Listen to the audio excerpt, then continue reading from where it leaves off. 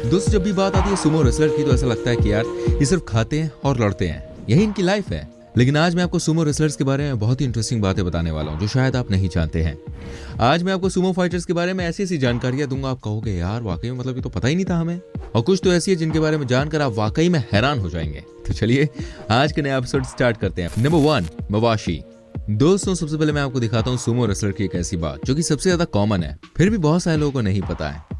अगर मैं आपसे पूछूं रिंग में क्या पहनते तो क्या आप जवाब दे पाएंगे? चलिए मैं आपको बताता हूँ। देखिए, सुमो रेसलर भाई जो कपड़ा पहनते हैं उसे मवाशी कहा जाता है। ये बहुत ही ट्रेडिशनल नाम है और कहा जाता है कि 17वीं शताब्दी से इसे मवाशी कपड़े के नाम से जाना जाता है। दोस्तों, ये कोई मामूली कपड़ा नहीं है। इन्हें पहनने का तरीका भाई साहब ऐसा है, कोई भी इसे पहन सकता है। ये एक ही कपड़े का टुकड़ा होता है जिसे इस तरीके से बांधा जाता है मानो इंडिया में जैसे धोती पहनते हैं, हाँ जी वैसे ही। साथ ही दोस्तों आपको बता दूं, सुमो गेम में पैसों का बहुत बड़ा इन्वेस्टमेंट होता है। ऐसे मवाशी को कुछ ऐसा बना दिया जाता है ताकि आगे से ऐड लगाया जा सके। साथ ही आपको बता दूं, मवाशी की बेल्ट अलग तरीके की होती है। जी हाँ, जो बड़े रेसलर होते हैं उन्हें अलाउ कर दिया जाता है सिल्वर बेल्ट लगाने को, लेकिन जूनियर लेवल पर सुमो रेसलर को कपड़े से ही काम चलाना पड़ता है। अभी सबसे इंटरेस्टिंग फैक्ट आना बाकी है मवाशी के बारे में। आपको यकीन नहीं होगा लेकिन मवाशी को कभी भी ये सुमो रेसलर साफ नहीं करते हैं। जी हाँ, इसे सिर्फ धूप में डाल देते हैं और जम के इस्तेमाल करते हैं। आइए बढ़ते हैं एक और इंटरेस्टिंग फैक्ट की तरफ। नंबर 2, आर्म जज। अब मैं आपको बताता हूँ एक और इंटरेस्टिंग फैक्ट। आपने भाई कई बार देखा होगा सुमो फाइट के दौरान जो मैच ऑफिशियल होते हैं, जिसे कि रेफरी कहा जाता है, वो ऐसे कपड़े पहनकर आते हैं मानो थिएटर आर्टिस्ट हो। इनके कपड़े सबसे अलग होते हैं। कई लोगों को लगता है मानो ये किसी हॉलीवुड फिल्म के किंग है, लेकिन दोस्तों आज मैं आपको बताता हूँ इसके पीछे की बात क्या है। वेल दोस्तों, बात यह है कि 2 तरह के ऑफिशियल होते हैं सुमो की फाइट में।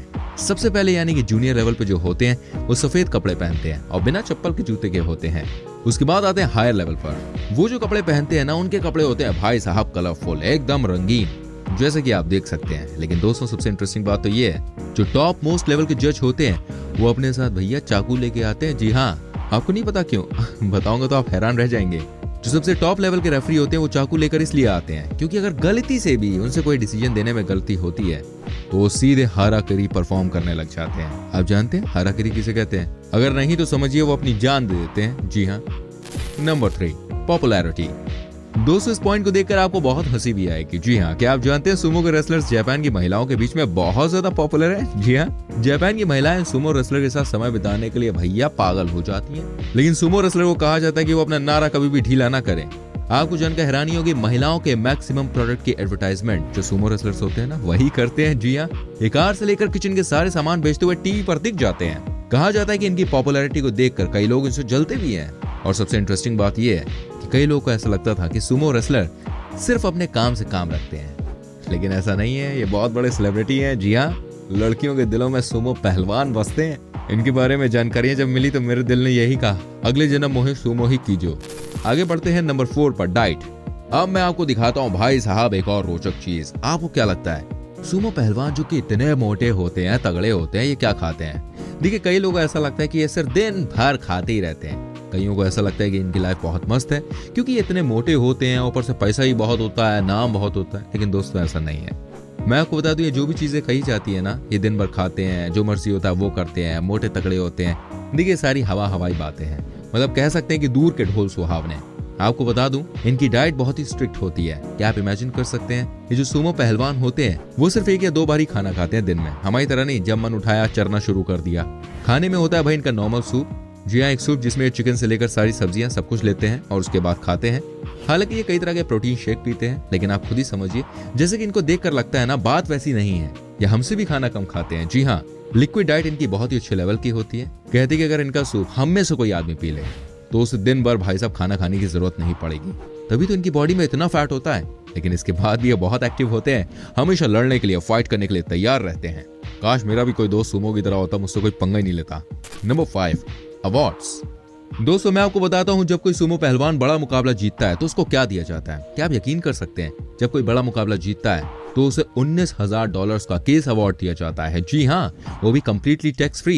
इतना ही नहीं, मैं आपको बता दूं, इनका नेशनल लेवल का फाइनल जब होता है ना, यानी कि सबसे बड़ा फाइनल, तो उसके चीफ गेस्ट बड़े बड़े लोग होते हैं। जैसे कि लास्ट ईयर अमेरिका के प्रेसिडेंट थे डोनाल्ड ट्रंप। आपको समझ में आ गया होगा इससे दुनिया भर में कितने पॉपुलर हैं। तभी तो कहा जाता है एक बार जो नेशनल चैंपियन बनता है वो भाई साहब माला माल हो जाता है। नेम मिलता है, फेम मिलता है, दुनिया मिलती है, सब कुछ मिलता है। मैं आपको बता नहीं सकता क्या क्या मिलता है। दुनिया के बड़े बड़े नेता फाइनल के दिन इनवाइट किए जाते हैं। इस बात से एक चीज तो प्रूव हो गई कि जापान के लोगों के लिए सुमो फाइट यार कितनी इंपॉर्टेंट है। जी हाँ, यही उनका ट्रेडिशन है और जापान के लोग अपने ट्रेडिशन को कभी छोड़ते नहीं है। Number 6, ranking. दोस्तों मैं आपको बताता हूँ सुमो की फाइट में कैसे रैंकिंग की जाती है। ऐसा नहीं है कि कोई भी किसी से लड़ने लगता है। 2 कैटेगरीज होती हैं, ठीक है, इस फाइट में। सबसे पहले मैं आपको बता दूं पहली फाइट या रैंकिंग के बारे में।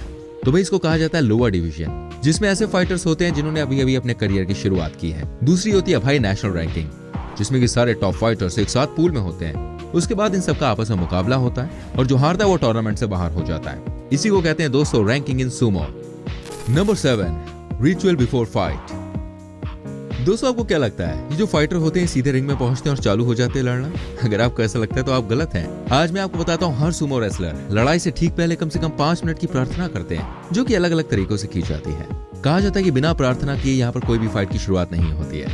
आपको बता दूं उसके बाद ये अपने हाथों में पानी लेकर मैट पर छिड़कते हैं। साथ ही दोस्तों बहुत सारा नमक भी फेंकते हैं। आप जानते हैं क्यों? क्योंकि दोनों फाइटर को ये लगता है कि लड़ाई वाली मैट से सारी बुरी शक्तियां गायब हो गई हैं।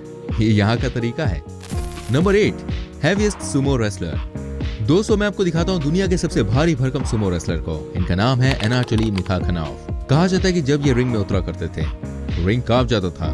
कहते हैं जब ये अपने ऑपोजिशन के सामने आते थे तो एक बार के लिए इनके ऑपोजिशन के पैरों तले जमीन खिसक जाया करती थी। आपको यकीन नहीं होगा लेकिन मैं आपको बता दूं इसकी वजह थी इनका वेट। जी हाँ दोस्तों, 64 किलोग्राम इनका वेट था। कहा जाता है कि ये सुमो फाइटर के इतिहास में सबसे ज्यादा वजनदार रेसलर थे। इनके नाम की आज भी बहुत इज्जत है और सबके सब सुमो पहलवान इनकी तरह ही बनना चाहते हैं। वाकई में इनकी पर्सनैलिटी देखकर किसी की भी जान निकल जाए। Number 9, body builder Sumo.